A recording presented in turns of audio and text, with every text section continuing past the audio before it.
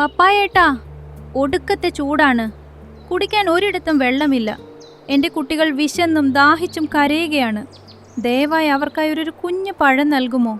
പുണ്യം കിട്ടും. എന്ത്? എന്റെ പഴമോ? നിനക്കോ? എന്തു ധൈര്യമുണ്ടടാ നിനക്ക്? ഈ പഴങ്ങൾ ഞാൻ കഷ്ടപ്പെട്ട് വെള്ളം കുടിച്ചുണ്ടാക്കിയതാണ്, നിങ്ങളുടെ വിശപ്പടക്കാനല്ല. പോ, ആ പേരാൽ കിളവന്റെ അടുത്ത് പോ. എന്റെ അടുത്ത് നിനക്കൊന്നും കിട്ടില്ല. ഈ വിശാലമായ ലോകത്ത് എത്രയോ വനങ്ങളുണ്ട്. എന്നാൽ സുന്ദരവനം അതിൽ നിന്നെല്ലാം വ്യത്യസ്തമാണ്. പേരുപോലെ തന്നെ അതിമനോഹരമായൊരു കാട്. അവിടെ മരങ്ങളും പക്ഷികളും മൃഗങ്ങളുമെല്ലാം ഒരു കുടുംബം പോലെ സ്നേഹത്തോടെയാണ് കഴിഞ്ഞിരുന്നത്. അവർക്കെല്ലാം താങ്ങും തണലുമായി നിന്നിരുന്നത് നമ്മുടെ പേരാൽ മുത്തശ്ശനായിരുന്നു. 100 കണക്കിന് വർഷം പഴക്കമുള്ള ആ പേരാൽ മരത്തിന്റെ വിഴുതുകൾ മണ്ണോളം താഴ്ന്നു നിന്നിരുന്നു. കാട്ടിലെ ഓരോ പക്ഷിക്കും മൃഗത്തിനും ആ മരം ഒരു വലിയ വീട് പോലെയായിരുന്നു. ഒരു പ്രഭാതത്തിൽ ടീനു എന്ന പക്ഷി പറന്നുവന്ന് മുത്തശ്ശന്റെ കൊമ്പിലിരുന്നു. മുത്തശ്ശാ, പേരാൽ മുത്തശ്ശ, സുപ്രഭാതം. ഇന്നത്തെ പ്രഭാതം എത്ര മനോഹരമാണെന്ന് നോക്കൂ. ഈ കുളിർക്കാറ്റേൽക്കുമ്പോൾ എനിക്ക് പറന്നുല്ലസിക്കാൻ തോന്നുന്നു. അതെ ടീനു, ഈ കുളിർക്കാറ്റ് പ്രകൃതി നമുക്ക് നൽകിയ വലിയൊരു സമ്മാനമാണ്. ഈ സമാധാനം ആസ്വദിക്കൂ. ഇന്നലെ രാത്രി ഈ കാറ്റിൽ നീ സുഖമായി ഉറങ്ങിയോ? അതെ മുത്തശ്ശ, നിങ്ങളുടെ ഇലകൾക്കിടയിൽ വലിയ ചൂടും സമാധാനവും കിട്ടി. ആലപ്പൂപ്പൻ അരികിലുള്ള മാവിനെ നോക്കി. എന്താ മാവേ, നിന്റെ മാങ്ങകളൊക്കെ എങ്ങനെയുണ്ട്? എല്ലാം മുത്തശ്ശിന്റെ അനുഗ്രഹമാണ്. ഇത്തവണ വസന്തം വലിയ തുണയായി. പൂക്കളെല്ലാം മാങ്ങകളായി മാറി. ഈ വർഷം നല്ല മധുരമുള്ള മാങ്ങകൾ കിട്ടുമെന്ന് കരുതുന്നു. കാട്ടിലെ പക്ഷികൾക്കെല്ലാം എൻ്റെ മാങ്ങകൾ കൊണ്ട് ഞാനൊരു വിരുന്നൊരുക്കും.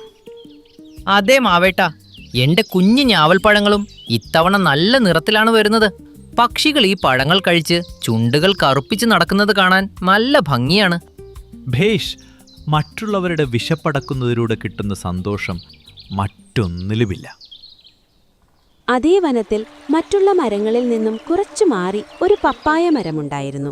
ആ മരത്തിന് തന്റെ സൗന്ദര്യത്തിലും പഴങ്ങളിലും വലിയ അഹങ്കാരമായിരുന്നു. എപ്പോഴും മറ്റുള്ളവരെ കളിയാക്കലായിരുന്നു അതിന്റെ ജോലി. ആഹാ, ഈ കാട്ടിൽ എന്നെപ്പോലെ സുന്ദരമായ മറ്റൊരു മരമുണ്ടോ? ഇല്ലേ ഇല്ല. ഞാൻ എത്ര ഉയരത്തിലും നേരെയുമാണ് നിൽക്കുന്നത്. എൻ്റെ ഇലകൾ ഒരു കിരീടം പോലെ എത്ര വലുതാണ്.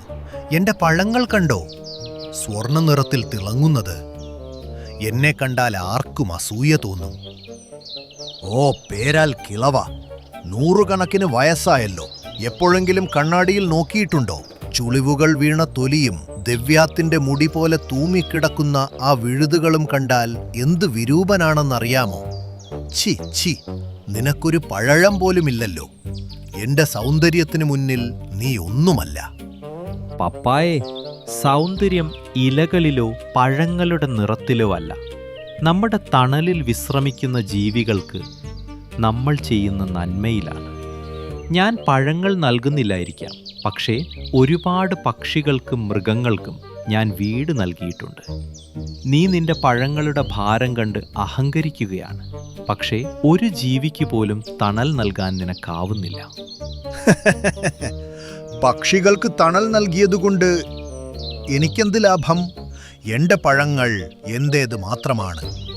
നിന്നെപ്പോലെ എന്റെ തണലും പഴങ്ങളും ആ അഴുക്ക് പക്ഷികൾക്ക് നൽകാൻ എനിക്ക് താല്പര്യമില്ല.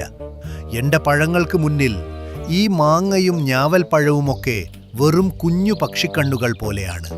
ഞാനാണ് ഈ കാട്ടിലെ രാജാവ്. അഹങ്കാരം നിന്റെ കണ്ണ് മടുപ്പിച്ചിരിക്കുകയാണ് പപ്പായെ. പഴങ്ങളുടെ ഭാരം കൂടുന്തോറും മരം കുനിയും. കുനിയാത്ത മരത്തിന് കാറ്റിൽ പിടിച്ചു നിൽക്കാനാവില്ല. മറ്റുള്ളവർക്ക് നൽകാത്ത ഒരു സമ്പത്തും അധിക കാലം നിലനിൽക്കില്ല. കാലം നിന്നെ പഠിപ്പിച്ചുകൊള്ളും. നിന്റെ ഉപദേശമൊക്കെ നിന്റെ കയ്യിൽ വെച്ചോ കിളവ. എന്റെ കരുത്തും സൗന്ദര്യവും എനിക്കുണ്ട്. എനിക്കൊന്നും സംഭവിക്കില്ല. ആ വർഷം വസന്തകാലം പെട്ടെന്ന് കടന്നുപോയി. വേനൽ അതിന്റെ കഠിനമായ ചൂട് കാണിക്കാൻ തുടങ്ങി.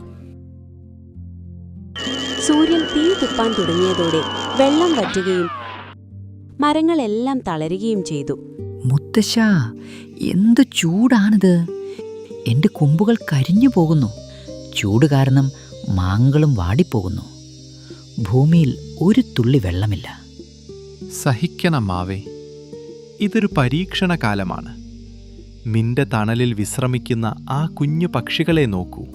പാവങ്ങൾ എത്ര തളർന്നിരിക്കുന്നു. നമ്മുടെ ദാഹം നമ്മൾ സഹിച്ചാലും ഈ മിണ്ടാപ്രാണികൾക്ക് നമ്മൾ തണലേക്കണം. അതേ മുത്തശ്ശ, എന്റെ ഈ കുഞ്ഞു പഴങ്ങൾ കഴിച്ച് പക്ഷികൾ ദാഹം തീർക്കുന്നത് കാണുമ്പോൾ എനിക്ക് വലിയ തൃപ്തി തോന്നുന്നു. മറ്റുള്ളവർക്ക് വേണ്ടി എല്ലാവരും ചിന്തിച്ചപ്പോൾ പപ്പായ മരം മണ്ണിലുള്ള അല്പം വെള്ളം കൂടി സ്വന്തം സ്വാർത്ഥതയ്ക്കായി ഉപയോഗിച്ചു. തന്റെ പഴങ്ങളെ കൂടുതൽ വലുതും മനോഹരവുമാക്കാൻ അത് ആ വെള്ളം ഉപയോഗിച്ചു. ഈ പേരാലും മാവും എത്ര വിഡ്ഢികളാണ്. വെള്ളം മറ്റുള്ളവർക്ക് നൽകി അവരുണങ്ങിപ്പോയി. ഞാൻ എൻ്റെ വെള്ളം എൻ്റെ പഴങ്ങൾക്കായി മാറ്റിവെക്കും. ടുക്കുടുക്കു എന്ന കുഞ്ഞൻ അണ്ണാറം കണ്ണൽ തന്റെ കുട്ടികൾക്കായി ഭക്ഷണം തേടി പപ്പായ മരത്തിന്റെ അടുത്തെത്തി. പപ്പായേട്ടാ, ഒടുക്കത്തെ ചൂടാണ്. കുടിക്കാൻ ഒരിടത്തും വെള്ളമില്ല. എൻ്റെ കുട്ടികൾ വിശന്നും ദാഹിച്ചും കരയുകയാണ്. ദയവായി അവർക്കായി ഒരു കുഞ്ഞു പഴം നൽകുമോ? പുണ്യം കിട്ടും. എന്ത്? എൻ്റെ പഴമോ? നിനക്കോ? എന്ത് ധൈര്യമുണ്ടടാ നിനക്ക്? ഈ പഴങ്ങൾ ഞാൻ കഷ്ടപ്പെട്ട് വെള്ളം കുടിച്ചുണ്ടാക്കിയതാണ്, നിങ്ങളുടെ വിശപ്പടക്കാനല്ല. പോ, ആ പേരാൽ കിളവന്റെ അടുത്ത് പോ. എൻ്റെ അടുത്ത് നിനക്കൊന്നും കിട്ടില്ല. പപ്പായെ, ഇത് അന്യായമാണ്. കുഞ്ഞുങ്ങൾ വിശന്ന് കരയുമ്പോൾ എങ്ങനെയാണ് നിനക്ക് ഇത്രയും ക്രൂരമായി സംസാരിക്കാൻ കഴിയുന്നത്? വിശക്കുന്നവർക്ക് നൽകാത്ത നിന്റെ ഈ സൗന്ദര്യവും പഴങ്ങളും എന്തിനാണ്?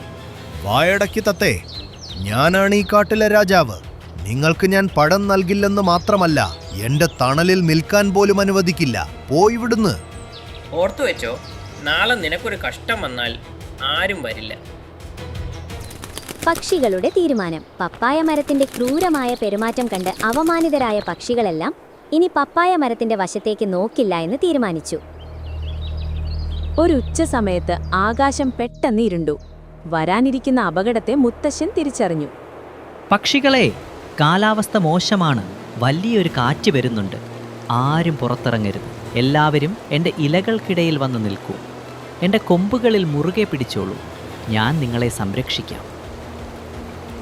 ഭയങ്കരമായ ഒരു ചുഴലിക്കാറ്റ് വീശാൻ തുടങ്ങി. ആ കാറ്റിൽ പപ്പായ മരത്തിന്റെ അവസ്ഥ ദയനീയമായി. ഭാരമേറിയ പഴങ്ങളും ഉള്ളിൽ ഉറപ്പില്ലാത്ത തടിയും കാരണം അത് ആടി ഉലയാൻ തുടങ്ങി. അയ്യോ, ഈ കാറ്റിന് ഭയങ്കര വേഗതയാണല്ലോ. എൻ്റെ പഴങ്ങൾക്ക് വലിയ ഭാരമുണ്ട്. പക്ഷികളെ വരൂ, എൻ്റെ പഴങ്ങൾ പറിച്ചോളൂ. എൻ്റെ ഭാരമൊന്ന് കുറയ്ക്കൂ. ആരെങ്കിലും വരൂ. ആപത്തിലും വിശപ്പിലും ഞങ്ങളെ ആട്ടിയോടിച്ചവനല്ലേ നീ പപ്പായെ? അന്ന് ഞങ്ങളെ ഓർമ്മ വന്നില്ലല്ലോ. ഇപ്പോൾ നിന്റെ ജീവൻ അപകടത്തിലായപ്പോൾ ഞങ്ങളെ വിളിക്കുകയാണോ? നിനക്ക് നിന്റെ സൗന്ദര്യമല്ലേ വലുത്. ഇപ്പോൾ അത് തന്നെ നിന്നെ രക്ഷിക്കട്ടെ. എന്നോട് ക്ഷമിക്കൂ മുത്തശ്ശ, നിങ്ങൾ പറഞ്ഞതാണ് സത്യം. അഹങ്കാരം എൻ്റെ കണ്ണ് മടുപ്പിച്ചു. എന്നെ രക്ഷിക്കണേ മുത്തശ്ശ. കാറ്റിന്റെ വേഗം പിന്നെയും കൂടി. ഭാരമേറിയ പഴങ്ങളുടെ ഭാരം താങ്ങാനാവാതെ പപ്പായ മരം വലിയ ശബ്ദത്തോടെ ഒടിഞ്ഞു വീണു. അതൊരുപാട് അഹങ്കരിച്ചിരുന്ന ആ പഴങ്ങളെല്ലാം മണ്ണിൽ കലർന്നു. ആർക്കും കൊടുക്കാതെ താൻ മാത്രം സൂക്ഷിച്ചുവെച്ച മനോഹരമായ ആ മഞ്ഞപ്പഴങ്ങളെല്ലാം ചെളിയിൽ വീണ് തകർന്നുപോയി. കുറച്ചു കഴിഞ്ഞപ്പോൾ കാറ്റ് ശാന്തമായി. ആർക്കും നൽകാതെ കരുതി വെച്ച പഴങ്ങൾ തന്നെ അതിൻ്റെ നാശത്തിന് കാരണമായി. പങ്കുവെക്കാത്തൊരു സമ്പത്തും അവസാനം മണ്ണടിയും. പിറ്റേ ദിവസം മഴ പെയ്തതോടെ കാട് വീണ്ടും തളിർത്തു. ഒടിഞ്ഞു വീണ പപ്പായപ്പഴത്തിന്റെ വിത്തുകളിൽ നിന്നും പുതിയ തൈകൾ മുളച്ചുവന്നു. ഈ തവണ വളർന്ന പപ്പായ മരങ്ങൾക്ക് അഹങ്കാരമില്ലായിരുന്നു. കുഞ്ഞൻ അണ്ണാറക്കണ്ണ, വരൂ, എന്റെ പഴങ്ങൾ പഴുത്തിട്ടുണ്ട്. നീ നിന്റെ കുട്ടികളോടൊപ്പം കഴിക്കൂ. നന്ദി പപ്പായെ. നീ പഴത്തിൽ മാത്രമല്ല മനസ്സിലും വലിയ മധുരമുള്ളവനാണ്. നീ ഒരുപാട് നല്ലവനാണ്. അന്നു മുതൽ സുന്ദരവനത്തിൽ അഹങ്കാരം എന്നത് ഇല്ലാതായി. എല്ലാവരും സ്നേഹത്തോടെയും സഹായത്തോടെയും ജീവിക്കാൻ തുടങ്ങി.